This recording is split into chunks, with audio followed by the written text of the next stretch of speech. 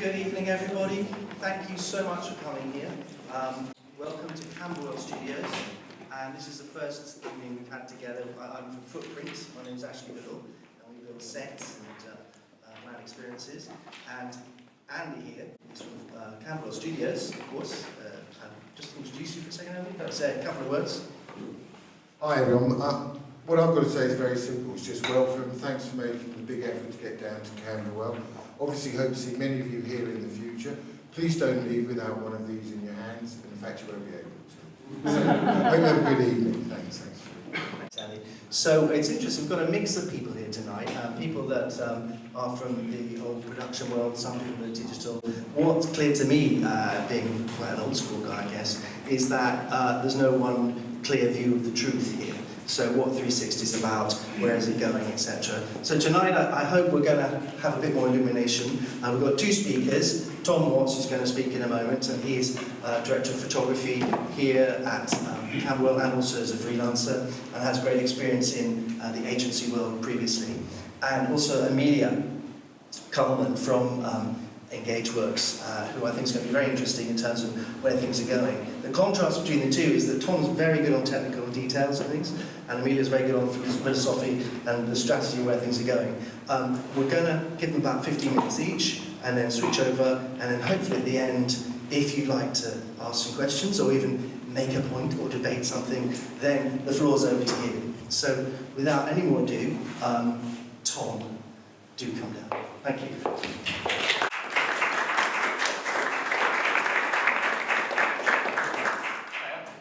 So, with the advent of 360 video, it's thrown a bit of a spanner in the works of traditional cinematography.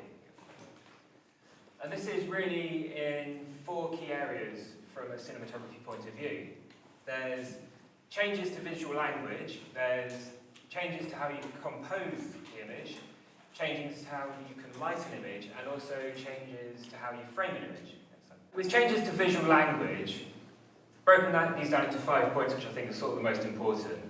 So one of them is viewer height. So that's important with 360, because in traditional flat video, it's more of a voyeuristic experience. You've got a degree of separation from the screen. Your viewpoint is that of watching a screen, not of actually what the camera is seeing. So where the camera is matters. So like a traditional cinematography shot might be from the floor, which is quite a common shot, that's very dramatic.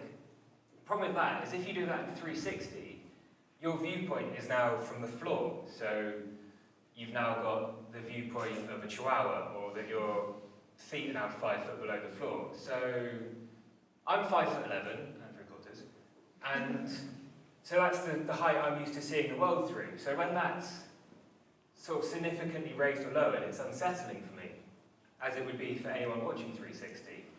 And that can be useful if you're maybe a horror and you want to depict someone as a disembodied head, but probably not great if you don't want someone to feel uncomfortable. And also you have to take into consideration personal space.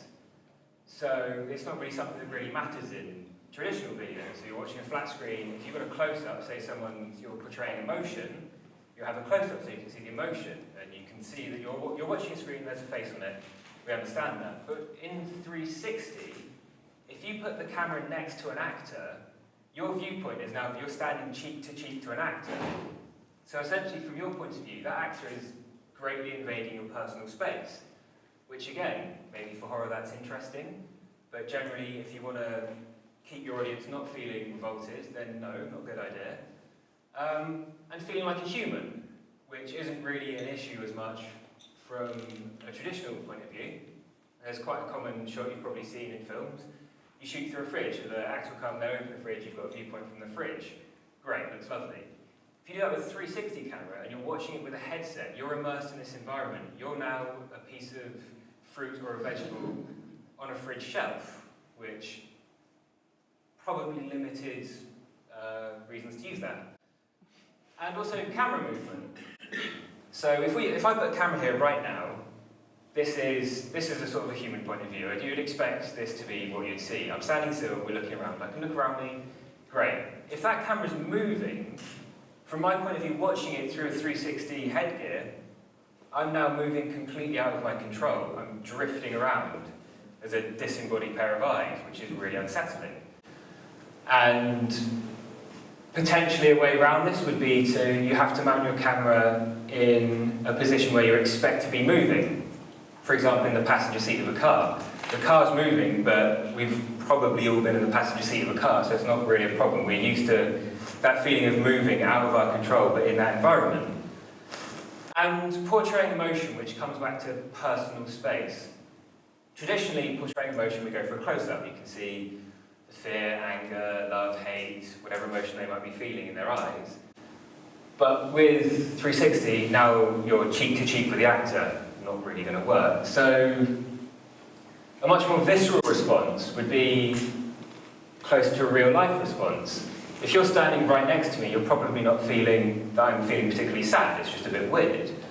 But if I was sitting in the corner of the room over there, crunched up in a ball, and you're here, from your viewpoint, I'm now very small, but that's what creates the feeling of emotion.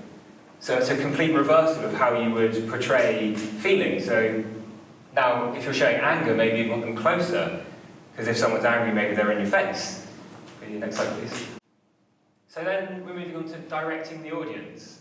And this isn't such an issue, as much of an issue. It's something that you need to pay attention to in traditional video. You want your audience to be looking on the screen, but there's a limited area where they can look.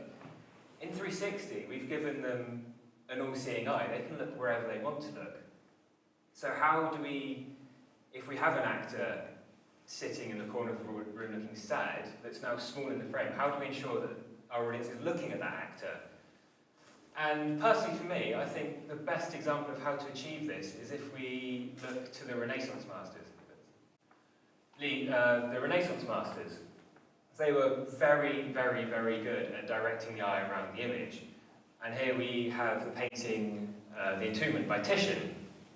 And I've chosen this because I think it's a very good example of how we can lead people around an image. So, as Westerners, our eyes are drawn to the top left of an image. So if we look at the top left here, we have two people immediately drawing our eyes back down to the centre. So it's catching us here, bringing us down here. And then all eye lines are leading back down. We're looking down, he's looking down. We're allowed to wander. We've got this character here looking back, encouraging us to look around, but then it's double reinforced back to where we're supposed to be. And we're also drawn to the lightest part of an image. So a photography and director of photography technique is if you squint, you can see tone much clearer. So if you squint at that, you'll notice that the centre of the image is the brightest part of that image, so you're immediately drawn. So everything in this image is leading you to the centre. And there's extra details around. You're allowed to wander, but everything brings you back down. There's an overall oval composition which sort of surrounds this, so you're sort of looking down, the way it's curved there it directs you back. And it's also interesting that there's also a subliminal V-shape to this composition. If you can see a line down here and a line down there through tone and positioning, everything's bringing you to the centre. If you go to the next slide, please. So I've got it marked out here, so you can see there's that V-shape there. And if you follow the eye lines, everything's directed there, and you're allowed to wander but brought back there again. So why does this matter to 360? And simply the same composition psychology still applies. Human brains haven't changed that much since then. So eye lines, as humans, we're nosy. We want to look where someone else is looking. So if you've got someone looking over there, people are probably going to start looking over there. So you're reinforcing where you want people to look. Gestures and body language. If I gesture like this, it's reasonable to expect I'm going to walk this way. It'd be unusual for me to gesture this way and start moonwalking. So it's using eye lines, gestures to direct just body language that we accept every day. Subliminal shapes, like the V competition, bringing you back to the middle, the oval, bringing you to the middle. So through the composition, creating converging lines and shapes that you unconsciously recognise to be drawing you in. Lightest areas. So what part of this image is the lightest lit? It's not to say right now how I'm under a spotlight and you're not as lit, you wouldn't really want to do that, but it only needs to be a subtle shift in tone for you to be drawn to that. Top left, which initially in a 360 environment doesn't make any sense, because the top left could be, wherever you're looking, but you can control where the viewer starts in a 360 video, so you control the starting point, so you know what their top left is going to be, so you can bring them back down to what you want to look at. And taking a cue from video game design, it's also important to reward curiosity. So allow people to wander around, let people look around, but reward them for that. If people are looking around and we've allowed them this 360 environment, you don't want a load of dead space. You want to let people look around and have something for them to find there. Reward that curiosity. You don't want to feel cheated for exploration, but obviously you need something that's not as important as the story. Next slide, please. So we come on to lighting in 360 video. Next slide, please. So this is a music video that I shot here a couple of weeks ago. And the director wanted a very high contrast image. So we've lit it very high contrast, white, and he wanted the clothing to blend into the background. All very doable in traditional video. So we set up lights and we frame. That's easy enough. But what you don't see, next slide please, is that's what the studio looks like. So obviously we framed all of this out to get that required lighting effect. So that's how the director wanted to light it, so that's how I lit it. Which is easy to do in this environment, because we can frame all this out. And it doesn't take a genius to understand why this might be an issue with 360 video. So then it brings about, I think, probably the golden age of practical lighting. And practical lighting is any light source that's in the frame. So a table lamp, or a ceiling light, or anything that you'd expect to be there. So in the front room you've got maybe a China lantern in the middle as a ceiling light and some lamps around it. That's all practical lighting. So it's using practical lighting to light the set. So it's the light sources within the scene, and then you need to take into consideration the motivation of the light. And the motivation of the light is, why is that light doing that? Why is it there? So you can't just surround someone in desk lamps, unless, I mean, it worked quite well in Stranger Things, but that was a sort of, focused event. And justified lighting, which is similar to light motivation. So why is the light there? Why are they being lit like that? Which you need to take into consideration in traditional cinematography, but much more so in 360. And it brings up the interesting point of the art department working more closely with the lighting department. So if you've got someone designing and building a set for you, that set needs to be able to light whatever's in it as well, which normally isn't such a consideration. So you might need a smooth surface for a bounce, or you might need X amount of what powerful lights there to make sure it's lit properly. But you can also use hidden light sources. So along with the use of practical lights, lighting in a 360 environment, the 360 camera can see all around it, but it still has a line of sight, which is to say, it can be blocked. So for example, if there was a 360 camera here, it would see everything around us, but it couldn't see behind this screen because the line of sight's blocked. So you could put a light behind the screen and backlight me, for example. So it's still possible to use traditional lighting techniques, but they just need to be more carefully positioned that they're blocking, so you can have light spilling in from things and coming through windows and hidden, and as long as it's hidden from the camera you can still use it, but it does create more of a challenge. Next slide please. So this is from another music video shot a couple of weeks ago. So you've got a director, they want a 360 video and they want it to be lit like this. So the light setup we used for this was very similar to the other one, so as in you couldn't really shoot it in a 360 environment. So how would you create a look like this in 360? And I think one way of doing that, next slide please, is to take it's as old as cinema itself technique, it's called framing within frames. So here we have a still from the Grand Budapest Hotel, which does it very well. It's also worth noticing on this image that similar to the Titian we looked at, the centre point is the lightest point. And although the lobby boy and hotel manager are dressed in a dark purple, they're still the lightest point in the image, and it's quite a busy frame, there's a lot going on, but you're not distracted from where you're supposed to be looking. And if we look at the top left of the image, we're met with someone looking down, and as we can see a shape drawn here, it directs us straight back. So it's using the same techniques, it's top left, directs us into the middle, and it's a lighter area. But this creates new possibilities. So we've got here, the lobby boy and the hotel manager, we could light exactly like the last image I showed you, because the line of sight of the camera would be blocked by that wall. So we could light in there exactly how we wanted to. We wouldn't have to rely on techniques of practical lighting and worrying about what's in shot. And I think this is quite a good example, because how this shot has been framed, composed and shot would work just as well in 360. There's a busy environment, there's a lot going on, which would be the same if you extended out to 360. You could be in the middle of the kitchen, but it's clear where your focal point's supposed to be.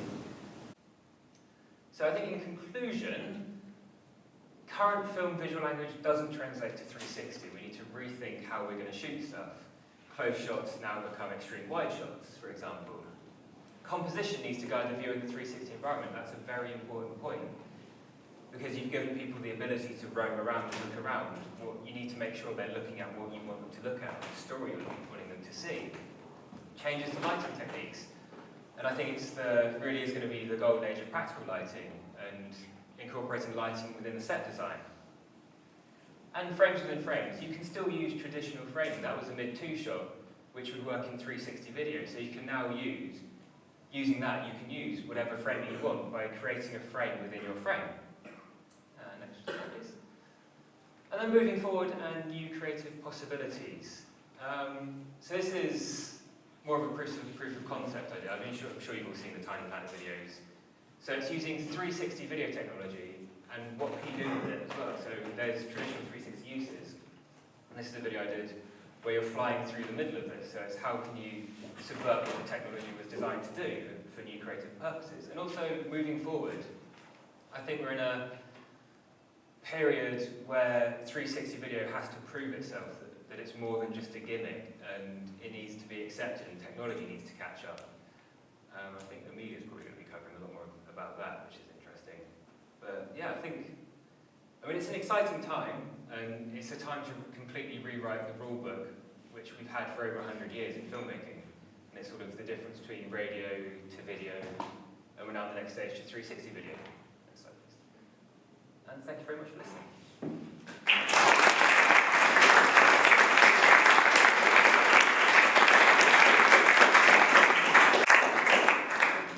So, thank you very much, Tom. Very interesting. We should have held this at the National Gallery, I think. Now I'd like to introduce Amelia Kallman from EngageWorks, who do immersive brand experiences, I think it's fair to say. But Amelia, over to you. Thank you.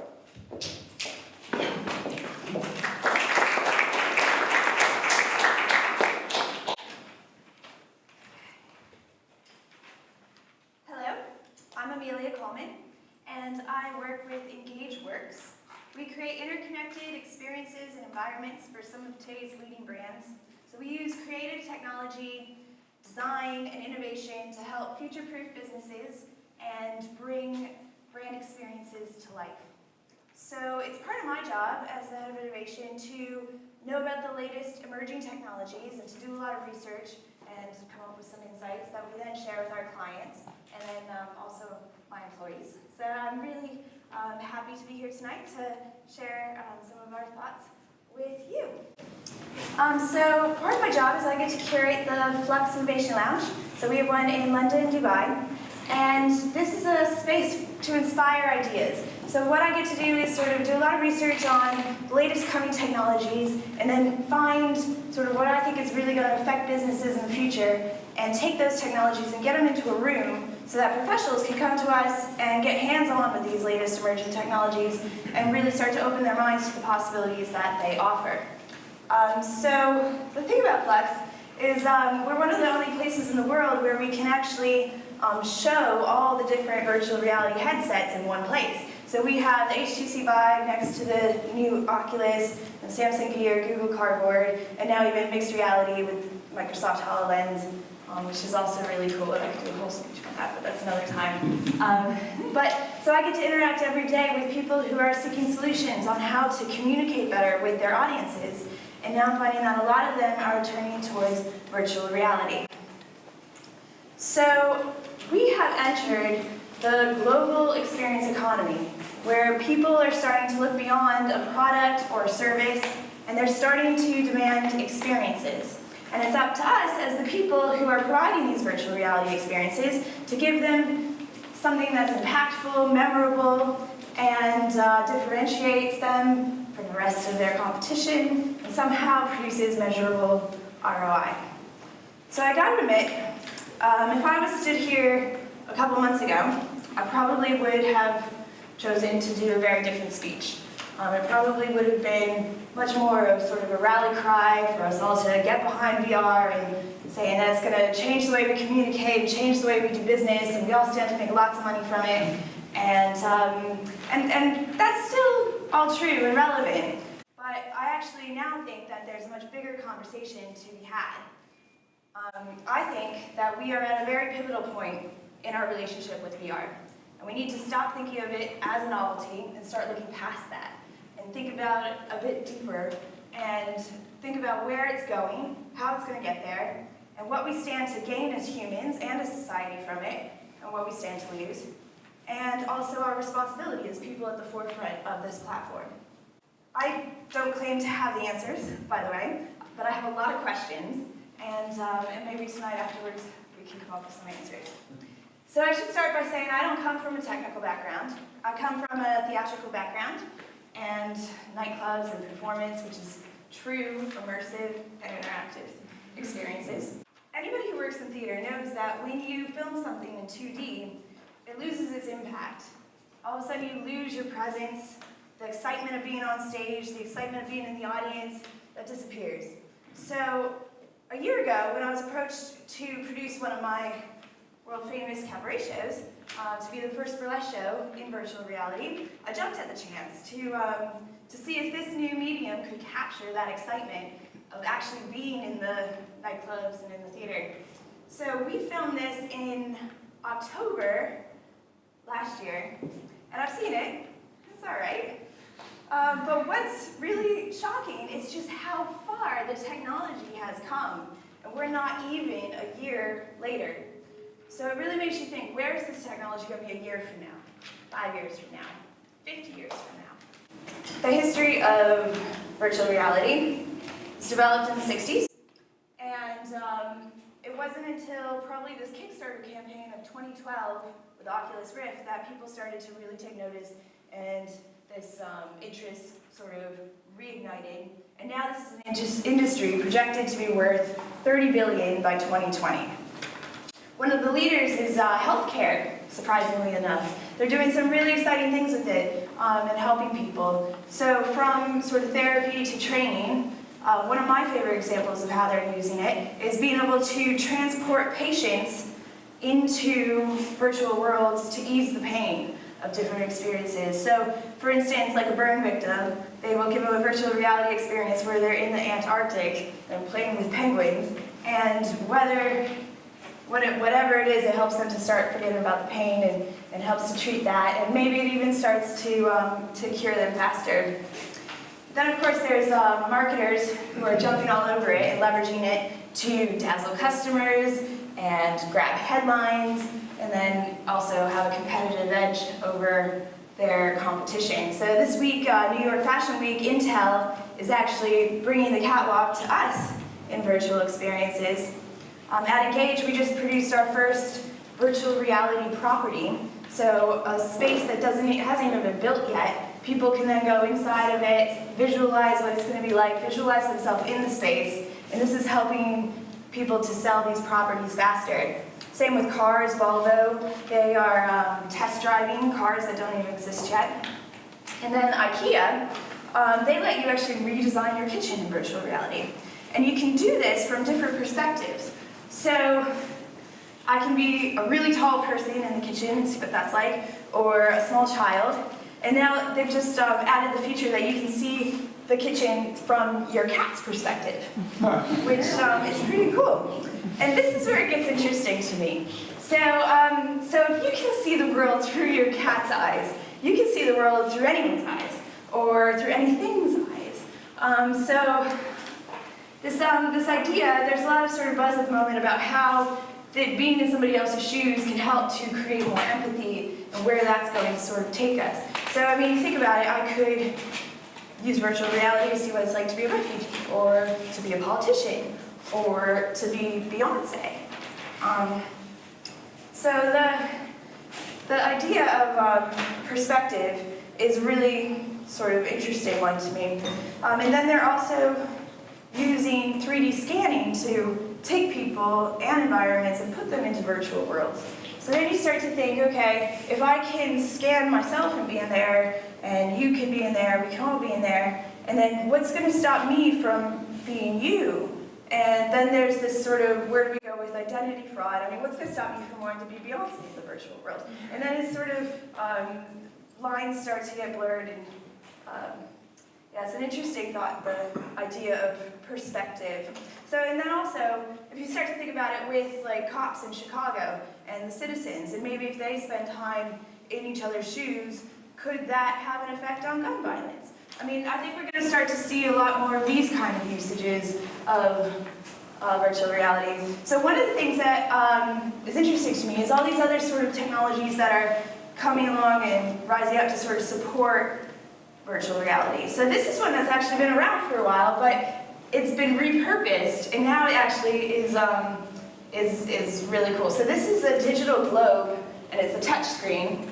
So where before you sort of have these exclusive individual experiences on your headsets, now you can stream 360 in these globes, and you can gather around big crowds. So it becomes an inclusive experience. And then also you start to think about the possibilities for editing on these things. So the seams and stuff become really apparent. You're no longer sort of editing in a headset and then sort of pressing pause and passing it over and saying, oh yeah, look at 11 o'clock. You know, you can actually gather your team. So this could really accelerate the process. And I can see this becoming a big part of editing of virtual reality in the future. And then there's haptics. So I think that people will start to crave and then start to expect their virtual reality experiences to engage more than just their hearing and sight senses, to start engaging in all their senses. So haptic technology, it can allow you to feel objects in 3D, in virtual reality, and then also to help to create environments that become more realistic. You think about it, if you start to add wind and weight and elements like that, then all of a sudden you were creating much more of a real experience. So the next one is something that gets me really excited. So there's this is the combination of biometrics and virtual reality. So biometrics, they're your biodata. So that's like your heart rate, your brain waves, your sweat rate, that kind of stuff. Blood pressure, and everybody has unique biodata, which I think is really cool. It's like a fingerprint. And this company of developers called The Mill are using people's biodata to generate virtual reality environments. So every single one of us could use this and go into an environment that's completely different from each other's. So this idea of personalized experiences and where this is going, this is really exciting to me. So a couple months ago, I did an experiment using biometrics and virtual reality with HTC Vive. And I did this experiment, it was on people ages 7 to 69, and I wanted to measure their emotional reaction to trying virtual reality for the first time. And what I found was really interesting. So with the older people, might be a bit expected, but they had quite a rocky slope of data to get into a place where they were engaged and comfortable, and you could really see it with their reaction. But what was fascinating to me was that the children had no difference between reality and virtual reality. They went straight into it. There was no learning curve for them, and then you could see their engagement levels rise. So if you start to think about what we think of as impactful, might not be as impactful to the next generation coming up. So everybody could agree that the experience was amazing, except for Cooper, age 7, who said that it was unimpressive. Go figure. So what about kids? There's psychiatrists out there who are saying that kids should not be exposed to virtual reality at all, that they are still, because their brains are still developing, they're still reality testing and trying to discern what's real from what's fake. So then there's also a bunch of experiments going on now with gaming. So 1,600 gamers have been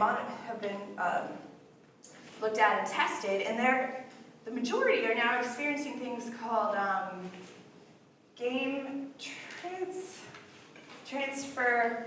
It's the Gamers Transformer Phenomenon, GTP. And what it means is that they are actually walking away with the aspects and feelings from these games hours and days after playing the game. So they're in their real world and they can still hear explosions and screams, and they're seeing things, Minecraft, they're seeing the world in these blocks and stuff. So this is really sort of entering into people's psyche. So, I mean, the thing is, that really gets to the heart of the power of virtual reality.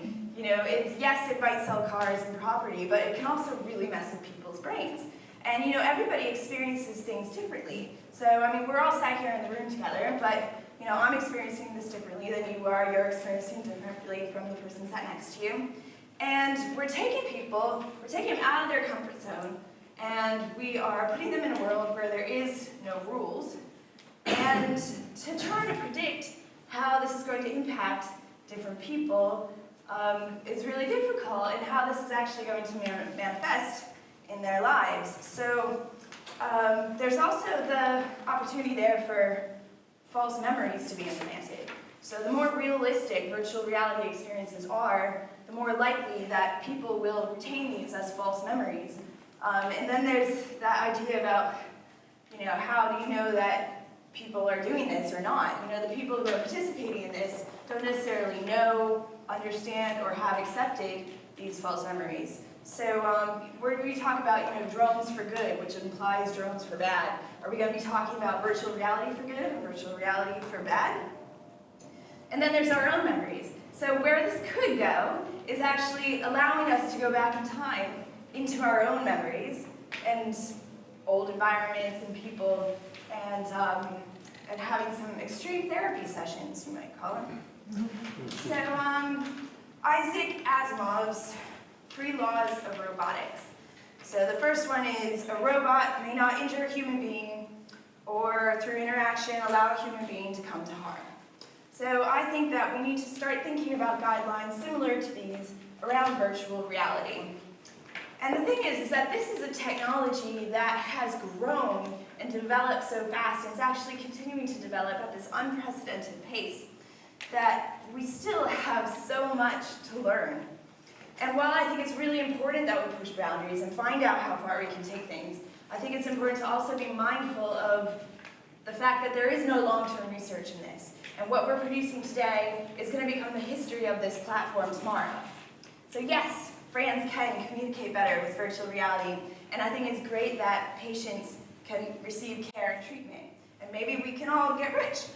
But I do urge you not to forget that this is a really powerful technology. It's a technology powerful enough to rewire your brain. And with great power comes great responsibility. So thank you for your kind attention.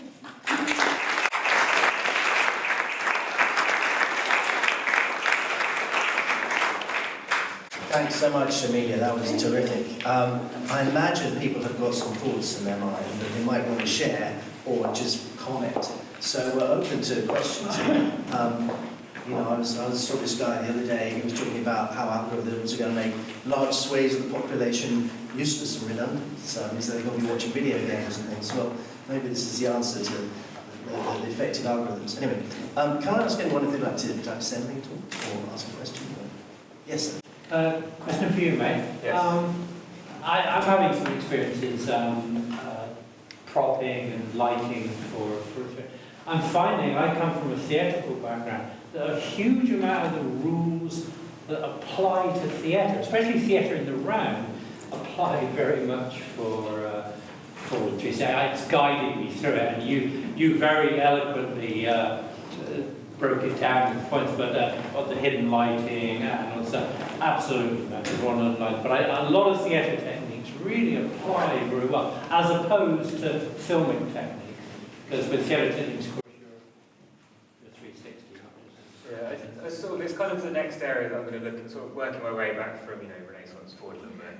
Yeah. With the theatre, I agree with you. There is a lot of overlay, but also with theatre, the production's framed by a stage. So as you enter a theatre, you enter in the contract and you understand that you're an audience watching something, so you can look around, but it's very much there. Then you've got companies like Punch Drunk Productions, Absolutely, yeah. I who think then they yeah. take theatre from that, this is a frame to being part of it. So I think people like Punch Drunk have done, they're probably a few steps ahead of the curve when it comes to how you could... cabaret theatre too tends to break that Right, yeah. frame. Yeah. Or, you know, and stuff in the round. But yeah, I think there's a lot to learn from theatre. Thank you, sir. Yeah, on memory, before we go into virtual reality, we have our own memories. Then we go into a virtual reality world, and if we have the virtual reality memories, which to us are real. They're not false. They're not part of our life from before, but after we've been in virtual reality. So how does that all sit? Yeah, so I mean, you think about where it transplants into your dreams and into your subconscious, and how that sort of can transpire. So in a way, you could say if you have an avatar in a virtual world who is, you know, different from you, maybe has an entire second life, then that actually is becoming part of you as well. So I mean, it is an aspect of how we could grow and expand ourselves as people. And expand our experiences, but I think we have to ask ourselves, is that a good thing? You know, do we really want to have memories from a person who doesn't exist inside our own brain? Or maybe we do. Anyone else? Have you seen the film The Lawnmower Man? Yeah. Is that prescient? I mean, it's 20, 30 years ago. Is that the future of virtual reality? I mean, how do we manage it, and you know, what measures are being put in place to kind of make sure it's a safe environment and it's not actually going to, you know, spiral out of control and desensitize people, or just rewire their brain, as you put it. Exactly. It's been a while since I've seen the movie, to be honest. I don't know if I ever made it through the entire thing. But that I do. I mean, what is actually happening around it? I think what is going really nice is that people are coming together and starting to talk about it and share these experiences. But as far as guidelines and stuff go, I mean, it is such a new thing. I think it's only now that people are starting to understand how deep it can get and how much of an impact it potentially has. So, I mean, I very much think that there should be some rules and regulations around it, but at the same time, as the sort of creative artist in me, as soon as you start to do that, then you take away some of what you can offer and what you can achieve, and the boundaries you can push and that kind of thing. So, I mean, it's interesting sort of watching what's happening with robotics and drones and how they are starting to put guidelines in place for that. But this is different. You know, this is different. This is actually people's minds and the way they think. And, you know, everybody's different. And I know some of the psychiatrists and stuff are jumping at virtual reality because it can give them deeper ins into people's psyche. And, yeah, I mean, like people's data and, you know, getting a bit insecure about where it's being used and stuff. I mean, we're looking at that with brainwaves now, like, you know, and actually really personal data. I don't have the answer on that. Experience. Yeah. With hard wells. But I also found that, like, when I make content, you know, it affects different people. That's really interesting. One of the things about my experiment is I found that the kids were stayed much longer, you know, and I had to sort of pull them out of it. Whereas older people, like, were very uncomfortable. And I'm the same. I don't spend more than 5 minutes sort of in a VR world. I think the record's at 48 hours, but he had a panic attack at 24. Yeah.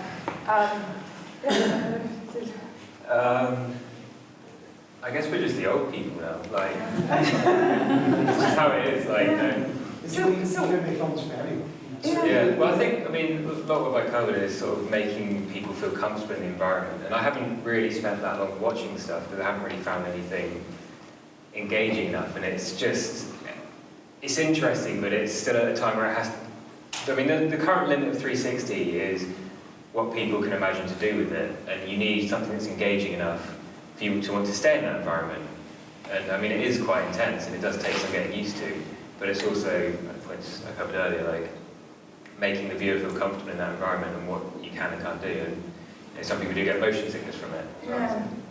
Yeah, we have to be careful about people having bad experiences now because that's really going to affect, they're going to be less likely to try it in the future. But also, I think this might be where mixed reality comes into play because it allows you to sort of stay in the environment and it puts the holograms and 360 in your environment. So I can still be here in the room with you and we can still be having a conversation and I'm not being taken out of it, but I can still be having this virtual experience in my own world. Hi, I work at London Zoo, and if we develop a VR experience, I quite like the idea of it giving people empathy with different animals by seeing the world through their eyes. So, two questions, do you know, has much work been done developing that at the moment, because it seems eminently doable? And also, are we going to make people feel sick and mess up kids' minds? I think VR is okay in small doses, I really do. And I think for children, I think it can expand their minds. But I think, limitations are good. As far as the animal empathy, that's really interesting. The cat the other day was the first time I had ever seen it, and I thought, oh my God, what does my dog see every day? Like, I really want to know what his point of view is. So I think, that's a great idea. I went to the Colour and Vision exhibition at Chairman. It's got some really fascinating stuff about how animals see in terms of colour and focus and stuff. So That would be combining amazing. that with camera height and There was a Yeah, video, that's cool. I think it was Happy Finish made it, where they did a video through the eyes of an autistic child.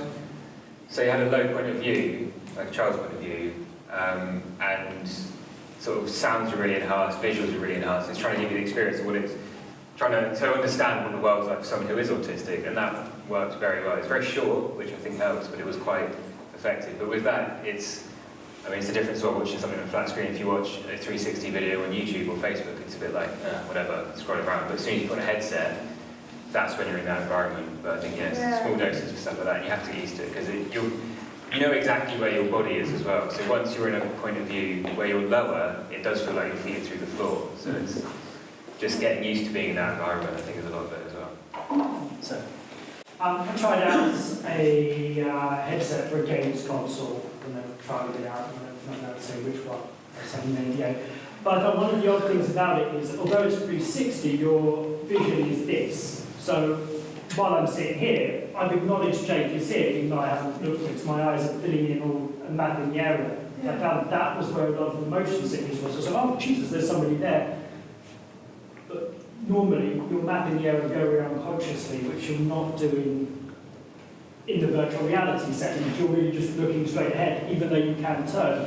Your eyes are... there's no peripheral. Yeah, so you're doing a lot of unconscious mapping in reality. There's a lot to do with how your eyes focus as well. Yeah. So I'm focusing for that distance. If I put my hand here, my eyes will focus here. So I'm used to having that distance, but when I'm looking at a screen, my eyes are focused here the whole time. So your eyes are constantly straining to focus for a distance point that's not really there. So I think coming back to sort of the ending of what I said is technology needs to catch up. There's a lot of sort of things pushing each other up like the game. And what I had to go on the Vive, what I found really helped with that is that you've got two controllers which are mapped. So you have a point of reality in the virtual reality. So wherever you move your hands in the virtual world, that's where they are, and that really grounds you in the world. Whereas when you're removed from that, when you're just a floating pair of eyes, that can make you feel really sick. But the other part of it was just, after I did it, I felt normal until someone started talking to me, and I was trying to find and I was like, oh, gee, it's too much to think about. Yeah. In essence, I guess it made my brain lazy, and then having to deal with reality was It's just getting far used more. to it. And it's like a degree of brain training. So, You have to recalibrate your... Like I've tried a few different ones, but you try it, if in the game or the experience or whatever it is suddenly moves, like there's Honeywell one where you're in a helicopter and it suddenly takes off, you can feel, you feel that you've just taken off, and there's another one where you swing around and you can feel yourself swinging, so your brain's trying to make you feel what you should be feeling, so that, it's Don't we quite still tense. have this issue that basically it's a bit like 3D, that, you put these goggles on, these glasses on, it's such an insular solo experience that, are there big advances in the technology of how people are going to experience VR? without being sort of locked in, looking like an android, where you can actually sit in a room like this and experience VR, but also be part of a, you know, a collective experience? Or is it literally always going to be in this one space? Because if it is, I think there's such a limit to where it goes. Can I just add to that? I work in a museum, and all our research suggests that people come to museums and zoos and places like that for the social interaction, not actually the objects and the animals are almost secondary. It's about that collective experience. But my dream is to be able to walk into a museum and see that real object and it be perfectly preserved in its lovely little showcase and it's not being damaged in any way, shape or form, but be transported to the environment that it came from and what it's all about, whether it's history or place or... So it's sort of taking it even further from sitting in a room and having a social experience to wandering around a room or space or a park and having a... So where is that going and how long will it take us to get there? I'll give you my card, yeah. Well, I think we got, right, just to jump over this. So, like the way we're going at the moment is we're an internet society now. We're so used to, I mean, everyone here has been on their laptop on their own, talking to someone across the world. So it's kind of trying to, it's as difficult as trying to drag someone away from that. And after having gone with these headsets, it's an experience so far beyond anything that you're used to. So if you play a game on a laptop, that's great. If you play it on a headset, it's something just like... So I think probably you're going to end up a lot more into that. So because all you need is a headset. It doesn't matter where you are. You've got a headset. You can be anywhere in the world. You can talk to anyone in the world. You can be playing a game with anyone in the world. And probably it goes back to this thing where you go back to game and virtual reality, and those are the areas where this headset seems to be really, you know. Whereas the 360, you express yourself. You know, it's a nightmare for lighting.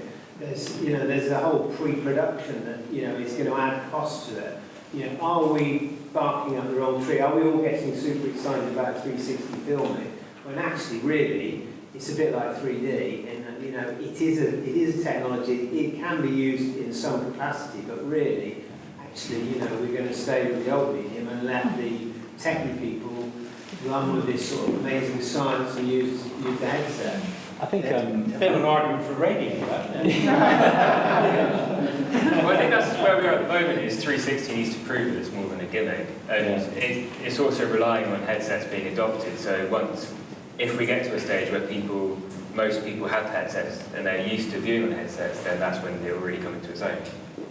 Yeah, I quite like the thought of my mind being my mind and not being somebody else's mind trying to be in my mind. But I really like augmented reality and how to use that in more educational needs, and thinking of like a heart surgeon, and this is how you put someone's heart back together, and seeing it animated and actually seeing a video of it, but you're still there in the space that my mind's my mind, rather than VR. I don't know whether... Well, robotic surgery is on the way already. Do you think MR answers a lot of those questions? I personally do, but at the same time, I think MR has ways to go when it comes to entertainment.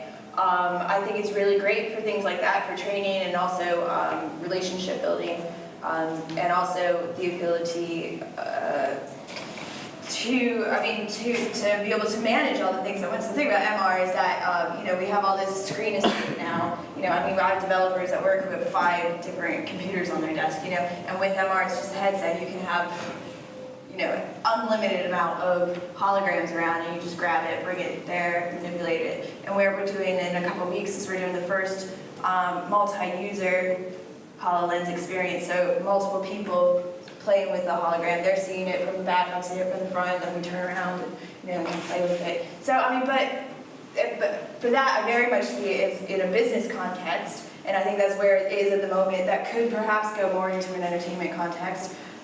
With the virtual reality, the globes, I think, are sort of opening up people's idea to how you can use 360 to have a communal experience. And then you start to think about it expanding to sort of entire atriums and stuff, and how you can use 360 to be surrounded, and you can be in the center of the globe. It's all possible. Just from my point of view, from Brad's point of view, humans have a habit of creating super stimuli. We distill things down so we get really rich experiences. And I was looking at Oculus Rift with a dinosaur the other day, it absolutely terrified me. And I'm just thinking, for children, whoever, you can embed brands very easily in their mind. The imprinting process is very powerful. And, I think there might need to be some limit on brands using it, because you're going to have brands imprinted in your head from a very early age.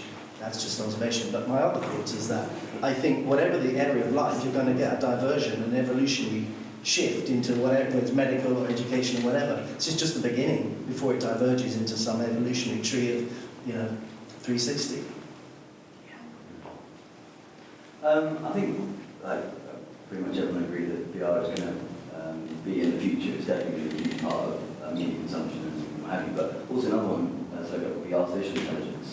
And can you see where the meeting point of the two lines? I mean, I just had an idea. You have an AI living out its own life in a VR world, as you can be experiencing things from a human perspective. Yeah. But I don't know if is there any sort of research or technology going into a touch point, meeting point of AI and VR. Yeah, well, did you see her? That makes me think of that. Yeah, I mean, why not? People have, blow up girlfriends. Why not have an actual, robot avatar who lives in your virtual house with you? I think there's going to be people who are going to love that. Yeah. So, the thing about AI that's really where it's going is its impact on sort of starting to know your preferences and starting to know what you like, and then to be able to anticipate is really interesting. But then how many lines does that blur between, what's real and what's not? We could, who needs real friends if you have, friends who are always going to like you and they can anticipate when you're happy or sad or, Well, they know exactly what tune to play because they've measured your mood, all the wearables. Exactly. Tom, I think this has been very interesting for me to start thinking about the ways that you can tell a story in VR. I think one of the things that a lot of my colleagues and our clients kind of come up against is you have such a broad canvas. How do you use that to tell a story? I think, but as you say, there are interesting techniques. There are things you can do. There are ways you can still do that, which make that feel much less intimidating. But I think the really important thing here is to remember that virtual reality technology, as much as it's in its infancy now, it's not a fully developed thing. The technology hasn't arrived yet. Yeah. It's not going to fundamentally change our relationship with brands. It's not going to fundamentally change society's involvement and interaction with the media. And ultimately, we have to figure out what this thing is for. Because I think everyone is running around trying to make stuff because we can. And I think that's kind of what killed 3D. We made it because we can charge more for it. But until right now, there isn't really a market for virtual reality. I think content. 3D doesn't add that much more. If you go and see a film in 3D, you're still going to see a flat film. It's just... I agree. There's some 3D was immersive, some 3D was an interesting experience.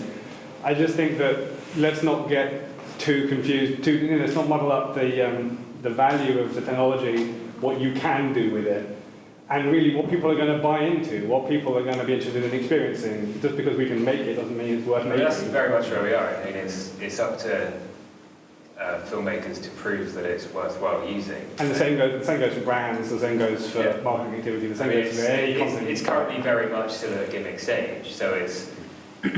I mean, the technology's not quite there, but once the technology's there, it is up to people to prove that there's. It's worth. And then there's stuff out there that's engaging. There's stuff out there that's immersive. Where I think I might disagree with you is about news and journalism. I think there's a great opportunity there to immerse people in different situations. And I know that like New York Times, I think Vanity Fair, and a couple other ones are starting to have like a column where you can start to, instead of read your news or watch the television, you can actually have it in virtual reality. And while that might not work for you, that might work for you. Well, I think like news media is one of the news media and documentaries. I was saying to you earlier, I think is one of the only areas where virtual reality is something that is currently interesting as a narrative format. Because I can look around, I can be in an environment, I can be immersed in it. What about content that provides experiences to people that can't actually physically go there? Same deal. That's touching on one of the same points. It lets me experience a new thing. But what you can't do with it, that a lot of people I think are trying to kind of force it to do, is make the movies of filmmakers, where where the camera is one of the most important tools that a storyteller has. You're not making movies, you're making experiences. I was telling the actors and the writers. I think that's where the Royal Shakespeare Company, exploring the Tempest, which is later this year, which is supposed to have some VR element to it. It's been kept closely under wraps, but the Imaginarium are working really closely with them, and it's going to be interesting whether that's enforced storytelling, whether it's a bit too far. You're taking away some of the imagination. Okay, there's propping and staging and lighting, but are we actually taking it into a film cinematic? I thought that's an interesting thing to do, because people are talking about the model of a theatre. Everything is you can look around in the theatre, but everything's really happening in front of you. There are plays where they stick somebody in a box to shout some lines, but fundamentally everything happens in front of you. It's all framed by the I think with 360, I think there's space for it in film. Because if you take, for example, a Blair Witch project, that was the first found footage film, and it's a completely different way of doing it. And if you do that in 360, suddenly it becomes really scary because you're there. Yeah. So that's where we are, is finding ways of telling stories with that. I think it's completely possible to do a film in it, because imagine Saving Private Ryan, for example. Steven Spielberg does an amazing job of taking you into the battle, and the way he shot it is you're right there. But if that's shot in 360 well enough, you're there, and that's going to be a very, very intense film experience. And I think there's definitely space for filmmaking 360. I truly hope, I'm not going to stop in a second, but I truly hope that you're right, and I believe that that's true. But I also think that Spielberg guides your eye around the frame in a way that very few other filmmakers have. And I think that's exactly my point, though, is that's why that becomes incredibly important in 360, is that you have to guide people around. And that's why it's so important in 360. I totally agree, actually. I just wanted to make that noise because I think sound's really important as well, actually. And it's not just about the visual. 360 audio is the thing that can navigate someone through the narrative. And content too. Yeah. Everyone's looking at the front because that's where most of the speaking is directed. So, in good theatre, you follow what's most interesting. So I think it's one of the jobs of people who are working in this, with all the other bunch of trips, to really look at their theatrical chops. And I can look at you, but I'm looking at him because he's more interesting or saying something. So actually the theatre model is not modern theatre, it's more like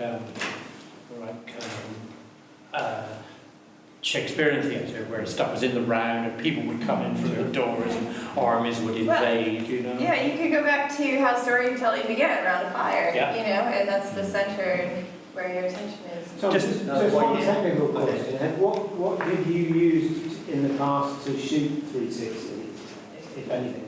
I've been using the Kodak SP360 4Ks, but currently I don't think it's worth buying anything to shoot with, because the technology, that was brand new technology when I bought it in January, and now it's not.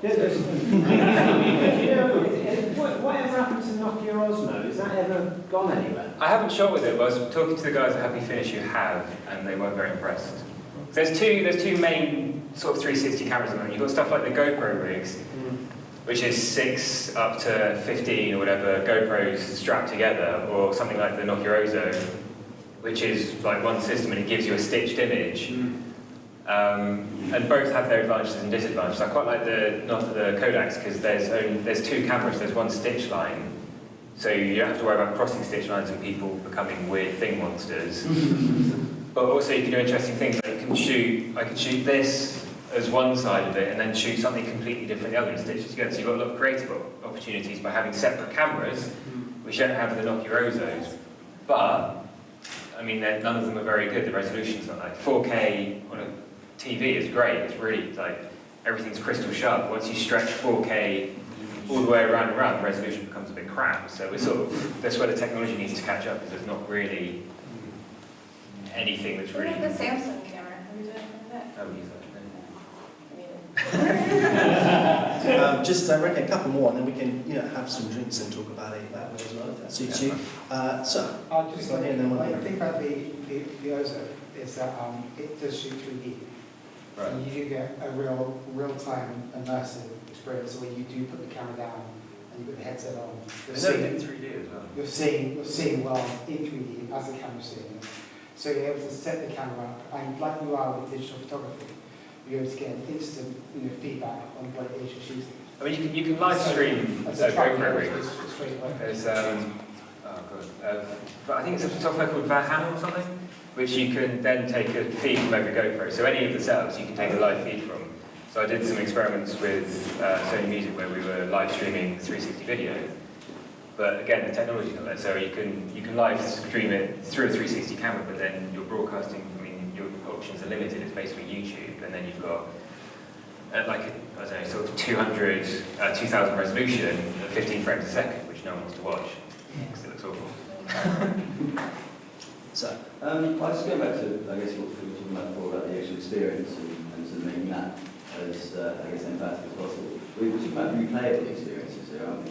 So you have an element of control over what you're watching. If you miss something on your eye, you can turn around, rewind, and then rewatch that.